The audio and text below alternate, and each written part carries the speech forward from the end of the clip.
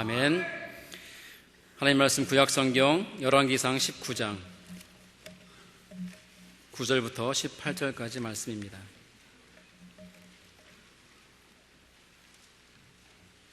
구약성경 열왕기상 19장 9절부터 18절까지 말씀을 저와 여러분이 한 절씩 교독하도록 하겠습니다. 엘리야가 그곳 굴에 들어가 거기서 유하더니 여호와의 말씀이 저에게 임하여 이르시되 엘리야야 내가 어찌하여 여기 있느냐.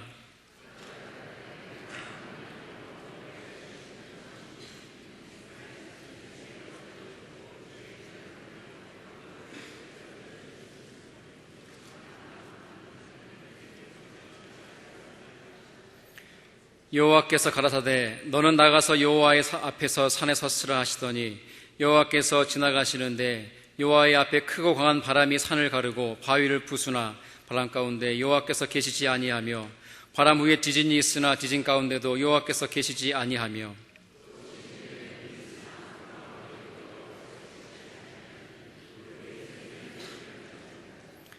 엘리야가 듣고 겉옷으로 얼굴을 가리우고 나가 굴 어귀의 섬에 소리가 있어 저에게 임하여 가라사대 엘리야야 내가 어찌하여 여기 있느냐.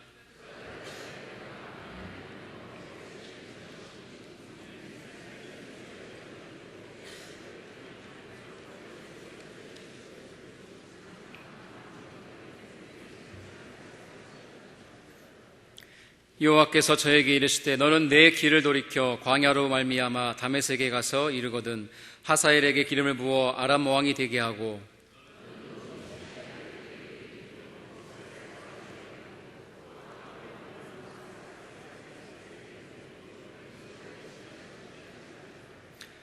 하사엘의 칼을 피하는 자를 예후가 죽일 것이요 예후의 칼을 피하는 자를 엘리사가 죽이리라.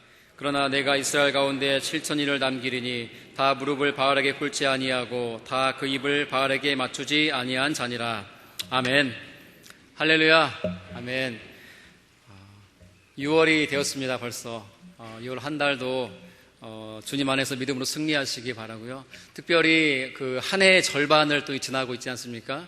그래서 우리가 성구영신 예배 드리면서 기도 제목으로 삼았던 것, 목표 삼았던 것들을 다시 이렇게 꺼내서 보시면서 내가 얼마만큼 믿음 생활 또 하나님과 동행하는 삶을 잘 살고 있는지를 돌아보면 6월달이 참 유익한 시간이 될 줄로 믿습니다. 구약 성경을 대표하는, 구약 시대를 대표하는 두 인물을 뽑는다면 누가 있을까요? 모세와 엘리야. 네, 모세와 엘리야라고 할 수 있습니다.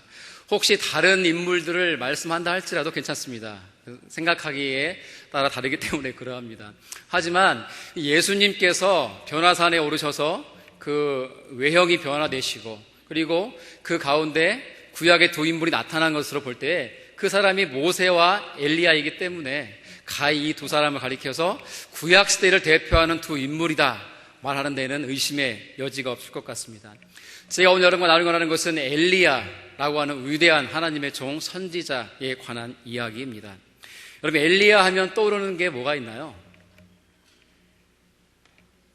갈멜산 전투. 갈멜산에서 전투를 벌이죠.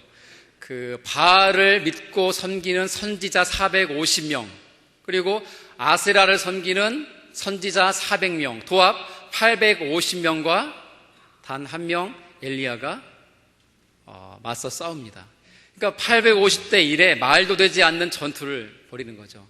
결과는 우리 다 알고 있습니다. 엘리야의 멋진 승리였습니다. 근데 그 승리하는 과정이 참으로 기가 막힙니다. 그 두 팀이, 그러니까 엘리야와 850명의 이 바알과 아스라 선지자와의 그런 전투의 내용은 제단을 쌓아놓고 송아지를 각을 떠서 올려놓은 다음에 그 번제물을 각각의 신들에게 기도할 때에 불이 내려와서 그 제물을 집어 삼키고 불태워버리는 신이 참신이다, 살아있는 신이다, 승자다 라고 하는 전투를 벌인 것입니다. 아침부터 하루 종일 이 바알 선지자 450인과 아세라 선지자 400인 도합 850명의 선지자들이 부르짖습니다. 바알이시여 불을 내려 주시옵소서, 아세라시여 이 제물을 집어 삼켜 주시옵소서. 간절한 마음으로 간구하지만 아무 소리도 아무 응답도 일어나지 않습니다. 점심이 지납니다. 오후가 됩니다. 이렇게 시간이 지날수록 그들은 지쳐만 가는데 이 상황 속에서 엘리야가 그들을 조롱합니다. 야, 너희 신이 잠들었나 보다. 흔들어 깨워라. 외출했나 보다. 나갔다 들어오라 그래라. 도무지 소리도 들리지 않고 아무 응답도 없구나 하면서 조롱합니다. 그러자 이 850명의 선지자들이 칼을 꺼내고 창을 꺼내서 자신들의 몸을 자해하고 그으면서 피를 흘립니다. 그 피를 막 뿌립니다. 그러면서 그 피를 보고서라도 바알과 아세라가 응답해 주기를 간절히 구합니다.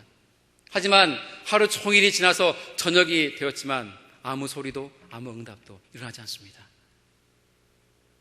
이제 엘리야의 차례가 되었습니다. 근데 엘리야는 그냥 기도하지 않았습니다. 백성들에게 한 가지 명령을 합니다. 지금 가서 큰 물 항아리에 4개의 물을 가득 담아와라.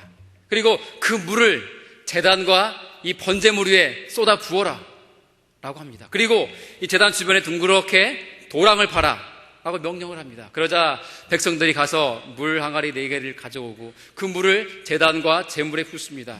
그래서 그 물이 얼마나 흘렀겠습니까? 흘러서 옆에 도랑으로 가득 차게 됩니다. 그렇게 하기를 무려 3번이나 합니다. 말하자면 이 큰 물 항아리를 12개나 그 제단과 제물에 쏟아 부은 것입니다. 물에 젖어서 웬만한 불로는 태울 수 없는 상황을 연출한 것이죠. 그렇게 하고 나자 엘리야가 하나님께 기도하기 시작합니다. 만군의 주 여호와 아버지 하나님, 불을 내려서 이 재물을 태워주시옵소서, 이 재물을 받아주시옵소서 하나님께 간절히 기도합니다. 그러자 그 엘리야의 기도가 끝나기가 무섭게 하늘에서 불이 내려와서 그 모든 재물을 불태워 삼킵니다. 뿐만 아니라 그 재물을 올리고 있던 제단도 불태워 삼킵니다. 근데 그게 끝이 아니었습니다. 그 불이 땅에 떨어지면서 그 도랑에 있던 물까지 핥아서 말려버립니다. 완벽한 승리입니다. 이 현장을 바라보고 있던 하나님을 떠나고 하나님을 버리고 바알과 아세라를 숭배하고 있던 백성들이 회개합니다. 아하, 우리가 믿고 있던 신 거짓신이었구나, 우상이었구나, 우리가 참 하나님 여호와를 버렸구나, 이 하나님만이 전능하신 분이고 창조하신 분이고 구원자로구나 깨닫습니다. 그때 엘리야가 명령합니다. 너희들은 한 사람도 남기지 말고 저 선지자들을 모조리 잡아 죽여라. 그러자 백성들이 달려들어서 이 850명의 선지자들을 잡아 모두 다 죽여버립니다. 이 싸움의 중심에 있던 아합 왕이 소스라치게 놀랍니다. 그리고 나자 엘리야가 엎드려 기도하기 시작합니다. 하나님, 이 땅 가운데 비를 허락하여 주시옵소서. 단비를 내려 주시옵소서. 7번 간절히 머리를 무릎 사이에 박고 엎드려 기도하기를 반복할 때 저 멀리서 손바닥만한 비구름이 몰려옵니다. 그러더니 점점 이 주변이 어두워지면서 비구름으로 가득 차게 되고 이제 비가 쏟아지기 시작합니다. 엘리야가 말합니다. 아합 왕이여, 속히 피하소서. 비의 소리가 있나이다. 그러자 아합은 그렇지 않아도 지금 선지자가 다 죽고 두려워하고 있는데 가라 하니까 마차를 타고 불이 나게 왕궁으로 도망갑니다. 그런 상황 속에서 엘리야는 말도 없고 아무것도 없지만 단지 걷거나 뛰어서 아합 왕을 뒤따라가는데 말을 타고 달리는 아합 왕보다 앞질러서 달려갑니다. 아마 축지법 비슷한 능력을 발휘한 것 같습니다. 그렇지 않습니까? 자, 이런 엄청난 성적 전쟁의 승리를 거두었습니다. 그런데 오늘은 엘리야가 깊은 영적인 늪에 빠져 있습니다. 불과 어제까지는 승전가를 울리고 개가를 울리고 하나님의 위대하심을 드러내고 엄청난 일을 일으켰는데 그런 엘리야가 지금 깊은 영적인 디프레션에 빠져 있다는 사실입니다. 저는 이 말씀을 접하면서 위로가 되었습니다. 아하, 영적인 거장도 영적인 침체를 경험하게 되는구나. 제가 위로가 되는 거예요. 제 인생 가운데 믿음 생활을 하는 것이 예수님을 믿게 되고 인격적으로 만나고 하나님 부르시는 그날까지 정말 하얀 곡선을 그리지 않고 계속해서 날개치듯 올라가서 정말 장성한 예수 그리스도의 믿음의 분량에 이를 수 있으면 좋겠건만 때로는 산을 오르듯이 때로는 내려가듯이 이렇게 업앤다운을 반복하며 살아가는 제 사실을 바라보는데 오늘 엘리야를 보니까 그게 위로가 되더라고요. 아, 엘리야도 영적인 거장에도 불구하고 영적인 늪에 빠지는 이런 순간이 있었구나 라고 하는 게 위로가 되었습니다. 그런데 궁금한 것은 왜 엘리야가, 그렇게 거장이었던 영적인 리더였던 엘리야가, 엄청난 일을 행하였던 엘리야가 영적인 늪에 빠졌을까? 라고 하는 거였습니다. 그리고 어떻게 하나님이 그를 회복하시고 일으키시는가? 라고 하는 것이 궁금했습니다. 오늘 본문이 그 말씀에 답을 주고 있고, 오늘을 살아가는 우리들에게 영적인 도전이 있고 때로는 영적인 늪에 빠지게 되는 우리의 인생 가운데 소망과 희망의 메시지를 주고 있습니다. 저는 오늘 두 가지의 말씀을 나누고자 합니다. 첫 번째, 왜 엘리야가 영적인 거장임에도 불구하고 이런 영적인 침체에 빠졌을까? 그 첫 번째 이유는 엘리야의 자기 중심적 생각 때문입니다. 영적인 정투에 승리했습니다.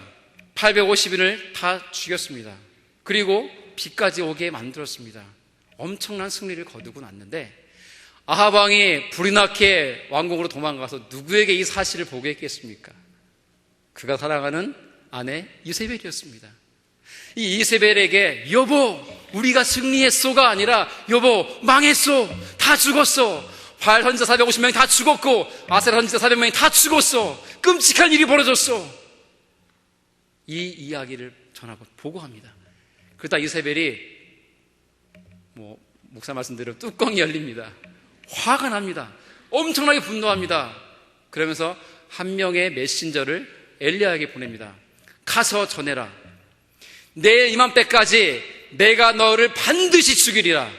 만약에 내가 너를 죽이지 아니하면 내가 믿는 그 신이 내려와 나를 보라고 또 보라리라. 어쨌든 내가 너를 내일까지 죽이겠다는 겁니다. 이 소식을 갖고 한 메신저가 엘리야를 찾아옵니다. 근데 성경에 보면 그 사자가 이렇게 단수로 되어 있거든요. 한 사람이 온 거예요. 어떤 한 대장이 군대를 이끌고 협박하고 으르고 위협하는 상황이 아니라 한 사람, 그저 한 사람의 사자가 왔습니다. 메신저가 왔어요. 그 메신저가 그 말을 그대로 전합니다. 엘리야여, 이세벨이 이 말을 전하랍디다. 뭡니까? 내일 이맘때까지 내가 너를 반드시 죽이리라. 너를 죽이지 아니하면 내가 믿는 신이 내려와 나를 보라고 또 보라리라. 한 사람이 와서 그 말을 전했는데 엘리야는 엄청난 두려움에 휩싸입니다. 그리고 허둥대기 시작합니다. 짐을 제릴 겨를도 없이 사환, 종을 한 명 데리고 일어납니다. 뛰기 시작합니다. 따라와라, 뛰자 하면서 도망치기 시작합니다. 지금 이 이야기의 배경은 북이스라엘입니다. 북이스라엘 땅을 가로질러서 이제 국경을 넘고 남쪽 유다 왕국으로 접어들었습니다. 유다 왕국으로 들어감에도 불구하고 남쪽으로 향하다가 마지막 최남단인 부엘세바에까지 이릅니다. 여러분 얼마나 무서웠으면 그 남쪽 끝까지 도망갔겠습니까? 얼마나 막 도망갔을까요? 숨차게. 그리고 그 부엘세바에서 종을 머물게 하고 이 엘리야는 하루 길을 더 들어가서 광야로 나아갑니다. 그 광야는 오늘날 네게부 사막으로 알려졌는데 어떤 풀이나 초목이나 나무도 거의 찾아볼 수 없는 황량한 사막이라고 합니다. 아무것도 의지할 곳도 없는 광야로 이 엘리야가 들어갑니다. 한참을 가다가 엘리야가 한 나무를 발견합니다. 그 나무는 울창한 숲에서 볼만한 멋있고 잘생긴 큰 아름드리 나무가 아니었습니다. 그저 1m 혹은 3m밖에 되지 않는 키 작은 볼품없는 로덴나무였습니다. 너무 더웠습니다. 고통스럽습니다. 엘리야는 그 로덴나무 그늘에 자기 몸을 겨우 숨깁니다. 그리고 그가 신세를 한탄하기 시작합니다. 그리고 끝내 하나님을 향해서 이렇게 원망합니다. 하나님, 더 살기 싫습니다. 제발 내 목숨을 거두어 주시옵소서. 저는 우리의 조상들보다 나은 것이 하나도 없습니다. 나를 제발 죽여주십시오. 제가 살 수 없습니다. 자기가 자살해 죽을 수는 없으니까 하나님께 제발 빨리 나를 데려가 달라는 겁니다. 죽고 싶다는 거예요. 지금 이 엘리야의 상황이 머릿속에 그려지십니까? 엘리야는 3년 전에 아합 왕 앞에 나타나서 그 아합 왕의 죄를 고하고 그 땅에 비가 내리지 않을 거라고, 이슬조차 맺히지 않을 거라고 선포했습니다. 근데 그 엘리야의 선포에 의해서 정말 3년 동안 비가 오지 않았습니다. 이슬도 맺히지 않았습니다. 심한 기근과 심한 가뭄이 일어났습니다. 엄청난 재앙이 일어났죠. 뭐 때문에? 엘리야의 단지 말 한마디 때문에 그랬습니다. 이렇게 엘리야는 엄청난 능력을 소유한 자였습니다. 그 가뭄의 때에 사르밧으로 가서 그 과부의 죽은 아들도 살려냈습니다. 그리고 그 과부의 집에 기름과 밀가루가 떨어지지 않도록 하는 놀라운 기적도 일으켰습니다. 뿐만 아니라 850대 1의 이 엄청난 전쟁 속에서, 말도 안 되는 싸움 속에서 멋지게 승리했습니다. 그들 모두 처단했습니다. 그리고 다시 기도하니 비가 내렸습니다. 그리고 축지법을 써서 아방을 앞서 뛰어갈 만큼 놀라운 능력을 보여줬습니다.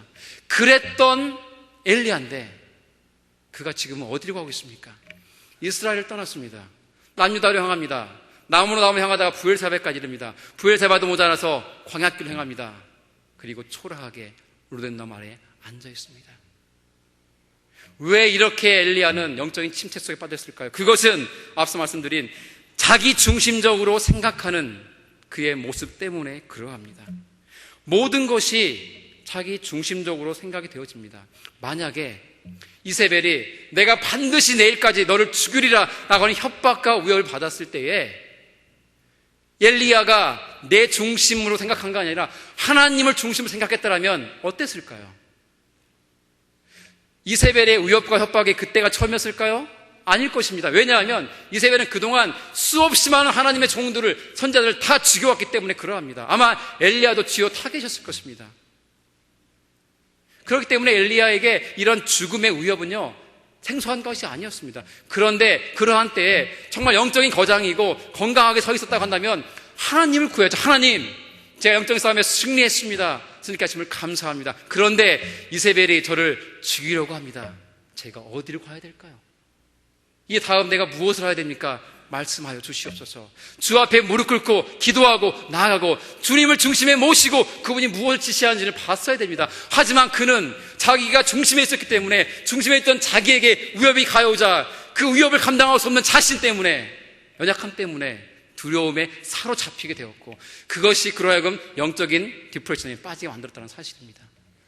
그러한 엘리야의 자기 중심적인 모습은 하나님과의 만남에서 확실하게 드러나고 있습니다. 자, 이렇게 로뎀나무 아래에 앉아있는 이 초라한 엘리야, 죽여주십시오 하고 간절히 구하는 엘리야, 그러다가 잠이 듭니다. 한참을 자는데 누군가가 흔들어 깨웁니다. 천사입니다. 엘리야 일어나라, 이거 먹고 마셔라. 숯불에 구운 떡과 그리고 물을 한 병을 줍니다. 먹고 마십니다. 그리고 또 다시 잠이 듭니다. 한참이 지납니다. 다시 천사가 깨웁니다. 엘리야야 일어나라, 이걸 먹고 마셔라. 다시 그 떡과 그 물을 먹고 마십니다. 힘이 납니다. 그러더니 이제는 일어나서 가기 시작합니다. 그렇게 40일을 걷고 또 걸어서 하나님의 산 호렙산에 도착을 하면서 오늘 본문이 시작됩니다. 그런데 호렙산, 하나님이 임재하시는 장소, 하나님의 산 호렙이라는 표현은 성경에 단 두 번밖에 나오지 않습니다. 그것은 출애굽기 3장에 모세가 하나님을 처음 만날 때 만났던 하나님의 산 호렙이라고 하는 표현과 오늘 본문에 나오니 바로 이곳에 그러합니다. 바로 그것은 하나님이 임재하시는 곳이었고 하나님이 만나 주시는 곳이었습니다. 그곳으로 하나님이 엘리야를 이끄셨어요. 그런데 지금 엘리야가 어디로 다시 들어가고 있을까요? 9절에 보면 나와 있습니다. 자, 19장 9절을 보시겠습니다. 같이 읽으시겠습니다. 시작. 엘리야가 그곳 굴에 들어가 거기서 유하더니, 예, 하나님을 만나는 임재 장소에 가서도 그는 두리번거리를 찾습니다. 뭘요? 동굴을요. 그리고 어떻게 했습니까? 동굴 속에 쑥 들어가 버렸습니다. 그 어둡고 시커먼 곳에 들어가 버렸습니다. 숨어 버렸습니다. 이 모습은 단지 육체적으로 엘리야가 동굴 속에 들어갔다는 것만 의미하지 않습니다. 내 중심의 삶, 그 삶을 살다 보면은 내 중심에, 내가 만들어 놓은 인생의 박스 가운데 나를 담가 놓기 때문에 이 가운데 하나님은 발견할 수 없는 그곳으로 이 엘리야는 들어갔다는 사실입니다. 얼마의 시간이 지나서 하나님이 엘리야를 찾습니다. 엘리야야, 어찌하여 내가 여기 있느냐? 엘리야야, 너 왜 동굴 속에 있니? 너 여기서 뭐 하는 거야 지금? 하고 질문을 던지십니다. 그때 엘리야가 10절에 이렇게 대답을 합니다. 같이 읽어보시겠습니다. 19장 10절. 저가 대답하되 내가 만군의 하나님 여호와를 위하여 열심히 특심하오니 이는 이스라엘 자손이 주의 언약을 버리고 주의 단을 헐며 칼로 주의 선지자들을 죽였음이오며 오직 나만 남았거늘 저희가 내 생명을 찾아 취하려 하나이다. 여기에 엘리야가 말을 보면 이렇습니다. 내가 만군의 하나님 여호와를 위하여 열심히 특심하오니, 이 말 한마디 모든 게 담겨져 있습니다. 뭐가요? 내 중심적인 삶의 모습이요. 하나님 아시지 않습니까? 내가 지금까지 뼈 빠지게 일했습니다. 주님을 위해서요. 내가 지금까지 열심히 섬겼습니다. 주님으로 해서요. 내 열심이 특심일 만큼 정말로 손이 발휘되도록 그렇게 뛰고 또 뛰었습니다. 내가 이 일을 이뤘습니다. 내가 명령하여 피가 그쳤지 않습니까? 내가 명령하여 지금 사르박하고 살지 않았습니까? 내가 명령하여 떡반죽 그릇에 그 가루와 곡식가루와 기름이 멈추지 않았지 않습니까? 내가 싸워서 850명을 쳐 물리치지 않았습니까? 내가 기도함으로 비가 오지 않았습니까? 내가 뛰어감으로 아합을 앞들었지 않습니까? 이 모든 것을 내가 했습니다. 내 열심이 특심이었습니다. 내 삶의 중심에 내가 있는 거예요. 이 태도가 옳습니까? 전혀 옳지 않습니다. 지극히 잘못한 모습입니다. 교만한 자의 모습이죠. 어떻게 엘리야 자기가 한 일입니까? 하나님 하셨습니다. 하나님의 엘리야를 통해서 비가 그치게 하셨습니다. 하나님의 엘리야를 통해서 사르밧 과부를 살리시고 음식을 먹이시고 기름을 떨어지지 않게 하셨고, 하나님의 엘리야를 통해서 850인을 싸워 승리하게 하셨고, 하나님이 엘리야를 통해서 비가 오게 하셨고, 하나님의 엘리야를 통해서 아합을 앞서게 하셨던 거 아닙니까? 이 모든 것을 하나님이 하신 거예요. 하나님 중심의 삶으로 바라보는 것이 아니라 내 중심으로 바라보는 거예요. 만약에 그가 하나님 중심 바라봤다면요, 이세벨 위협 앞에서 두려워하지 않았을 것입니다. 왜? 하나님은 승리케 하셨고 앞으로도 승리케 하실 것이기 때문에. 나를 바라보니까 이길 수 없는 거예요. 내 중심적인 모습의 삶의 모습이라는 거예요. 우리는 어떻습니까? 제가 믿음 생활하면서 많은 분들을 만나게 되는데, 특별히 신유의 은사가 있는 분들을 많이 만나봤습니다. 기도하면 막 병이 낫습니다. 물론 항상 낫는 건 아니지만 많이 낫게 합니다. 그런데 그러한 분들 중에 많은 분들이 시간이 지나면서 타락하는 모습 또한 제가 지켜보았습니다. 왜 그들이 타락했을까요? 내가 병을 고쳤기 때문에, 내 능력 때문에 일어난 일로 생각하기 때문에 그렇다는 거예요. 주님, 나는 아무것도 아닙니다. 나는 그저 도구에 불과합니다. 나를 통해서 당신이 치료하십니다.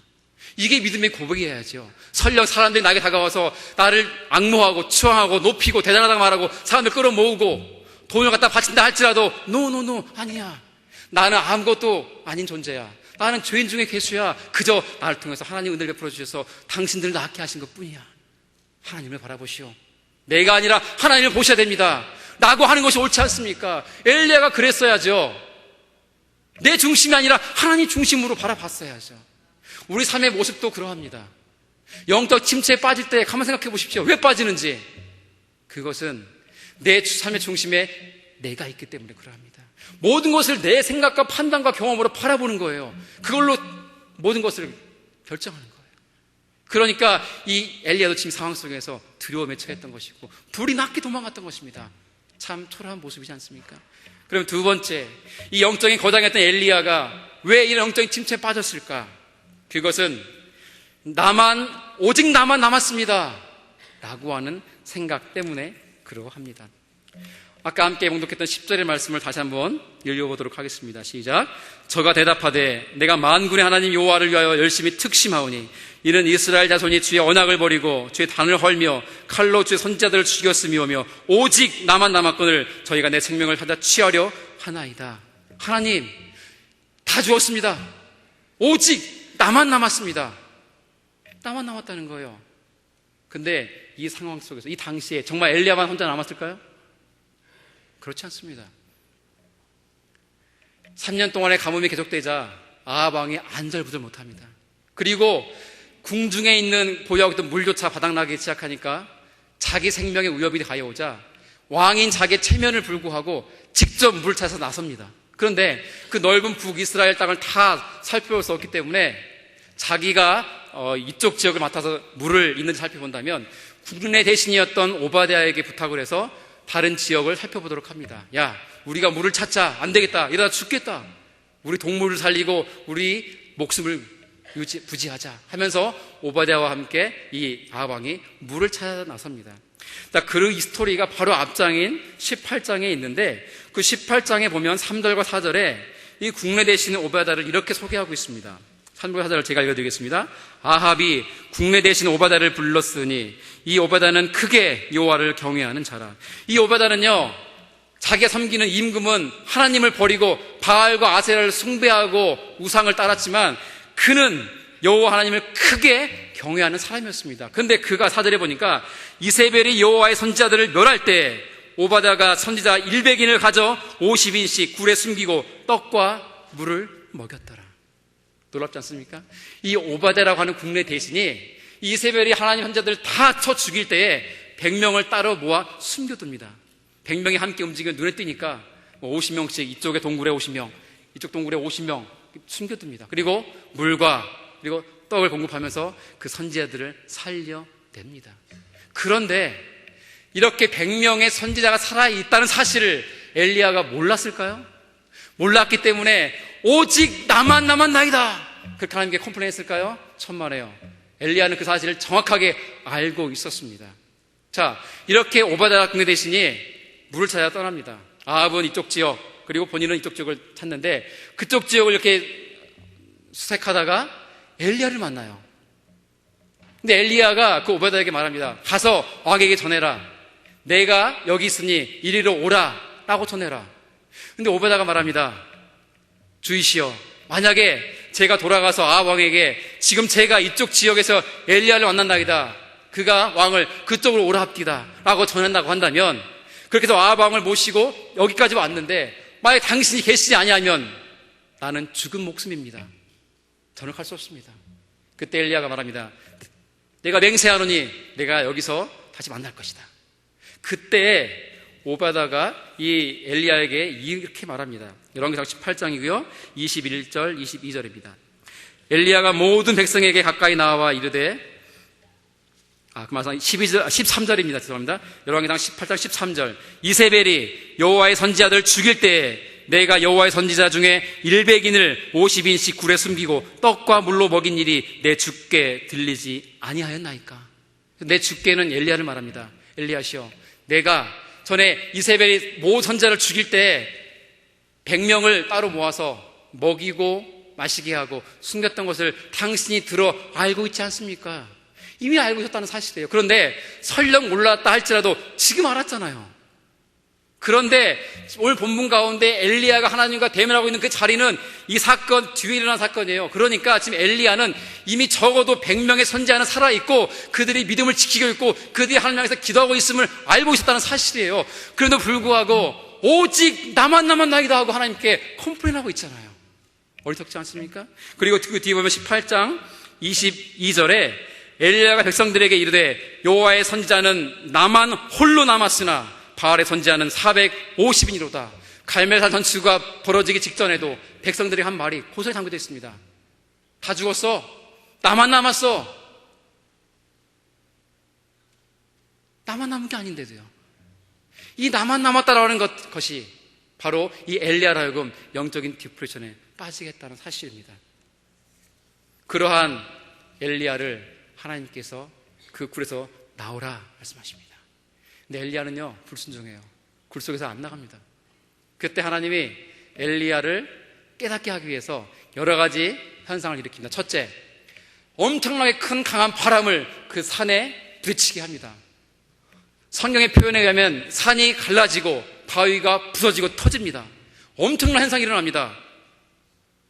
동굴 속에 있지만 그걸 받지 않겠습니까? 얼마나 무서웠을까요?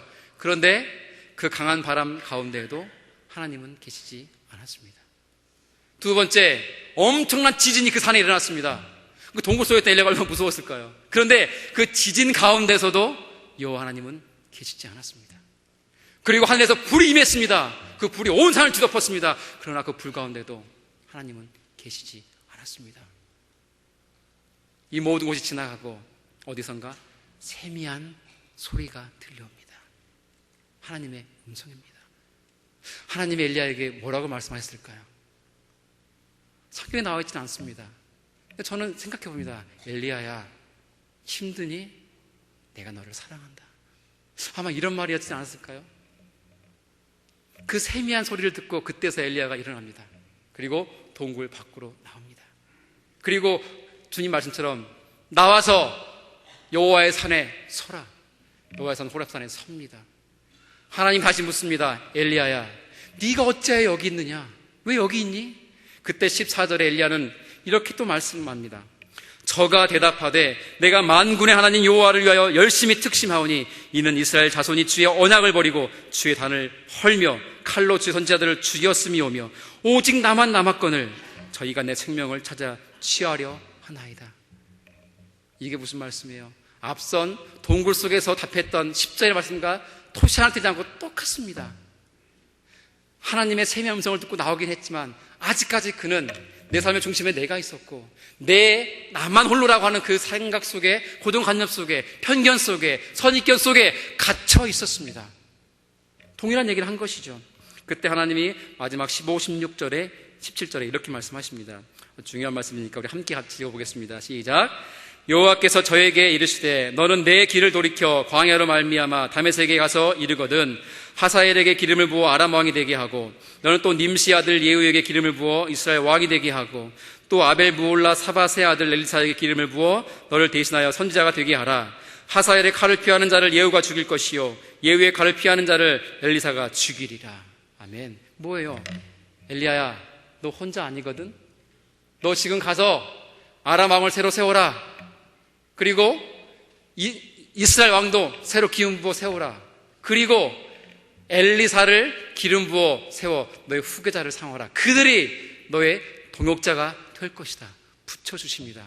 그런데 여기까지 왔을 때 이제 엘리야가 많은 것을 깨어지고 깨닫고 있지 않겠습니까?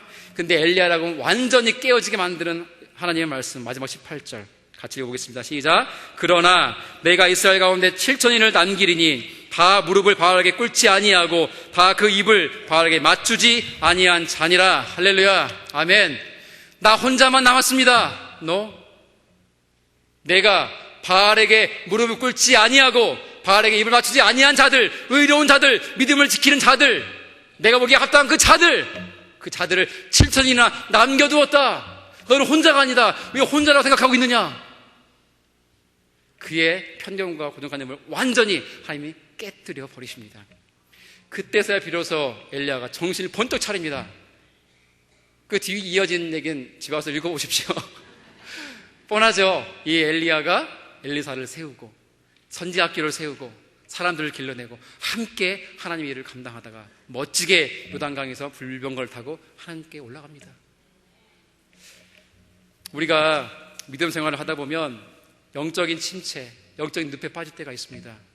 많은 다른 이유가 있을 수가 있겠습니다. 하지만 오늘 본문이 적어도 우리가 주고 있는 중요한 이유, 그것은 내 중심의 신앙생활, 내 중심의 삶, 내 중심의 인생을 살아갈 때 그런 영적인 디프레션을 경험할 수 있다는 사실입니다. 그리고 나만 남았다.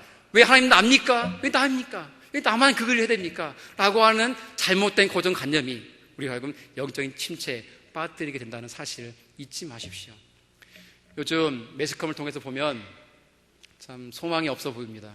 특별히 한국교회를 바라보면요, 너무나 가슴이 아픕니다.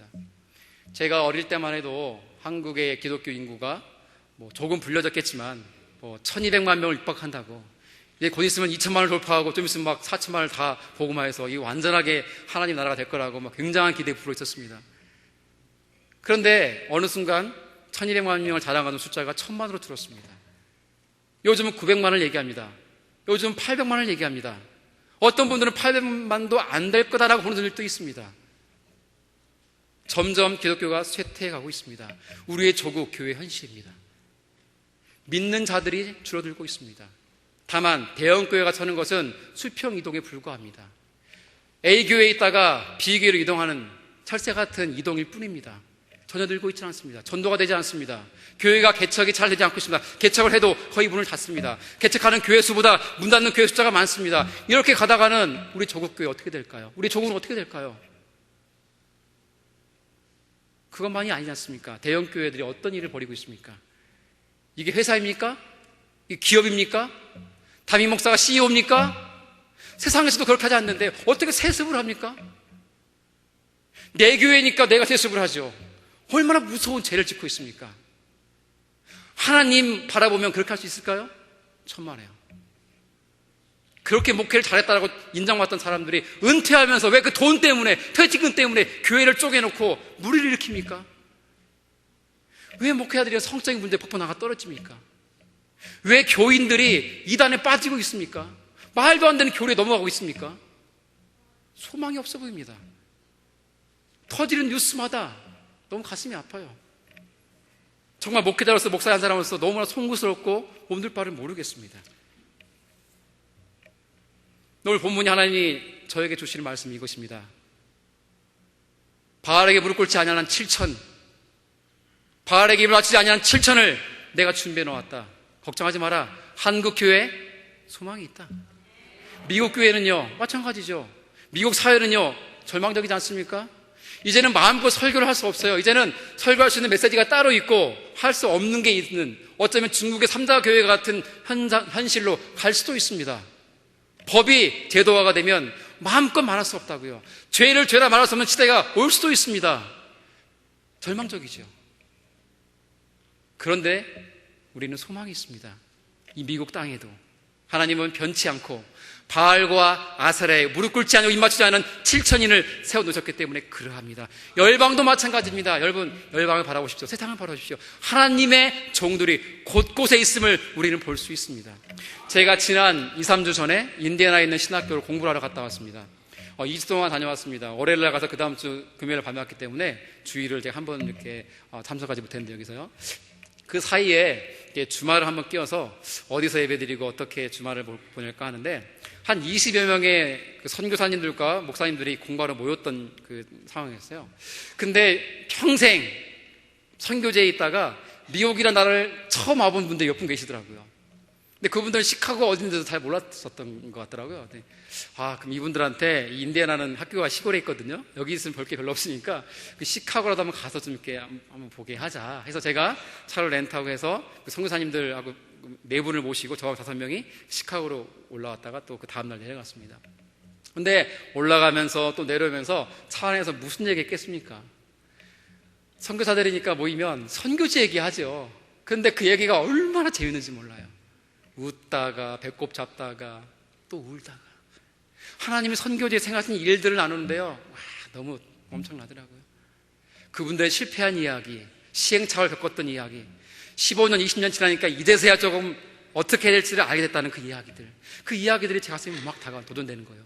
제가 그 얘기 다 전해드릴 수는 없고요. 갔다가 돌아오는 길인데 한 50대 후반쯤 되신 한 선교사님이 우리한테 제안하는 거예요.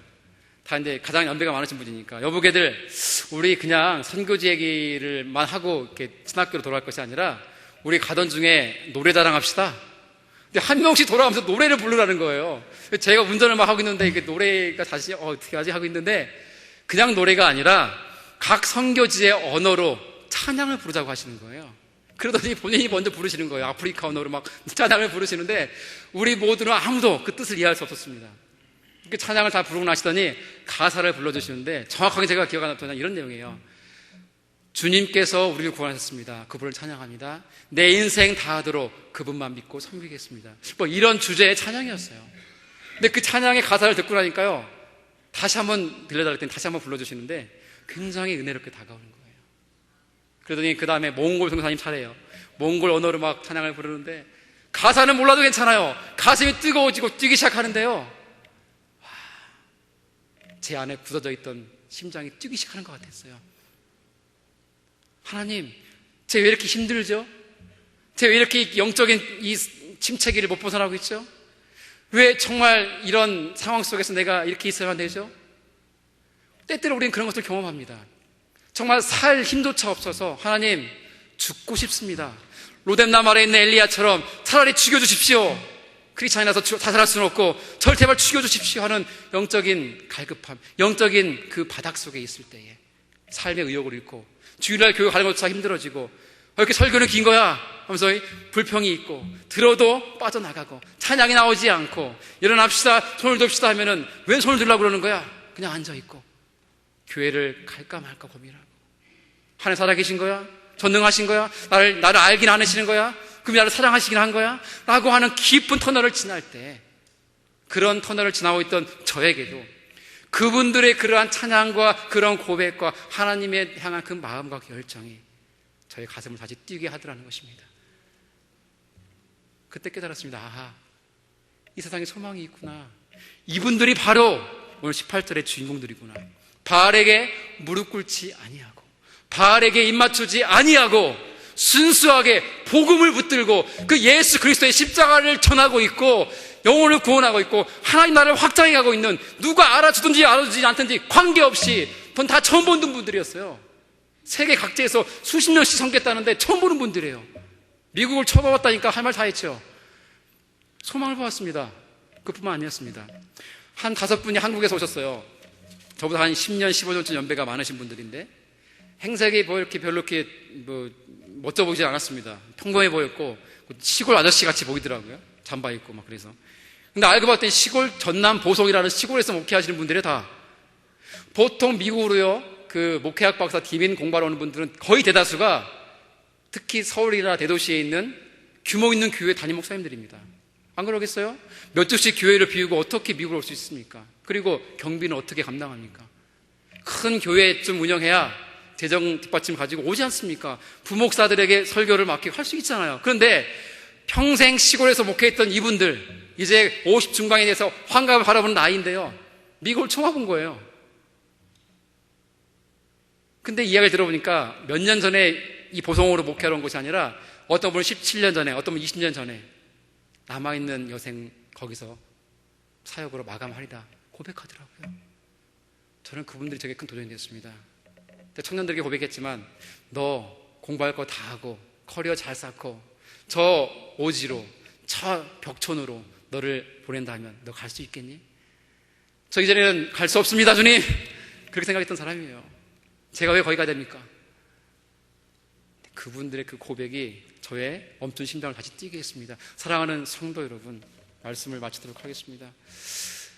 우리가 살아가면서 이러한 절망의 늪과 영적인 침체기에 빠질 때 다시 우리를 돌아보십시오. 그리고 혹시 내 인생의 중심에 하나님이 아닌 내가 있는 것은 아닌지, 내 생각과 판단과 경험과 나의 그런 고정관념의 틀에 박혀서 오직 나만 남았습니다라고 하는 어리석은 생각으로 세상을 바라보고 피해의식과 좌절감에 젖어 있는 것은 아닌지, 그때 주님 말씀하십니다. 아들아, 딸아, 너 그 동굴에서 나와야 돼. 나와라. 그리고 여호와의 산 호렙에 서라. 내가 너를 만나 주리라. 내가 너를 새롭게 회복하리라. 세워주리라. 그래서 너로 하여금 이제는 너 혼자가 아닌 동역자가 있음과 그 7,000명이 함께 바알과 아세라를 대적함으로 하나님 나라를 이루어가는 그것을 내가 보기를 원한다. 너는 그 일을 감당할 자이다. 그러한 격려와 위로의 메시지를 우리에게 주실 줄 믿습니다. 전도서 4장 말씀을 읽고 말씀 마치겠습니다. 전도서 4장 9절로 12절입니다. 두 사람이 한 사람보다 나음은 저희가 수고함으로 좋은 상을 얻을 것임이라. 혹시 저희가 넘어지면 하나가 그 동물을 붙들어 일으키려니와 홀로 있어 넘어지고 붙들어 일으킬 자가 없는 자에게는 화가 있으리라. 두 사람이 함께 누우면 따뜻하거니와 한 사람이 어찌 따뜻하랴. 한 사람이면 패하거니겠거와 두 사람이면 능히 당하나니 삼겹줄은 쉽게 끊어지지 아니하느니라. 아멘. 모세도 그의 동역자들과 함께 그 일을 감당했음을, 예수님도 12제자와 함께 당신의 구속사역을 끝까지 감당했음을 꼭 기억하셨으면 참 좋겠습니다. 기도하시겠습니다. 사랑하는 하나님, 은혜를 감사드립니다. 거룩한 주 앞에 나와서 하나님 예배하게 하시고 하신 주의 말씀 앞에 우리를 세워주시니 감사를 드립니다. 어쩌면 우리의 삶의 곤고함과 고난과 영적인 디프레션과 침체가 하나님에게서 멀어져 있는, 하나님 내 삶의 중심 모시고 하나님을 통하여 세상을 바라보지 않는, 내가 삶의 중심에 있으므로 내 생각과 내 판단과 내 사고와 내 감정과 나의 어떤 것들에 의해서 판단하고 경험되어지는 인생이기 때문에 그 어려움을 겪고 있는 것은 아닌지 돌아보기를 소망합니다.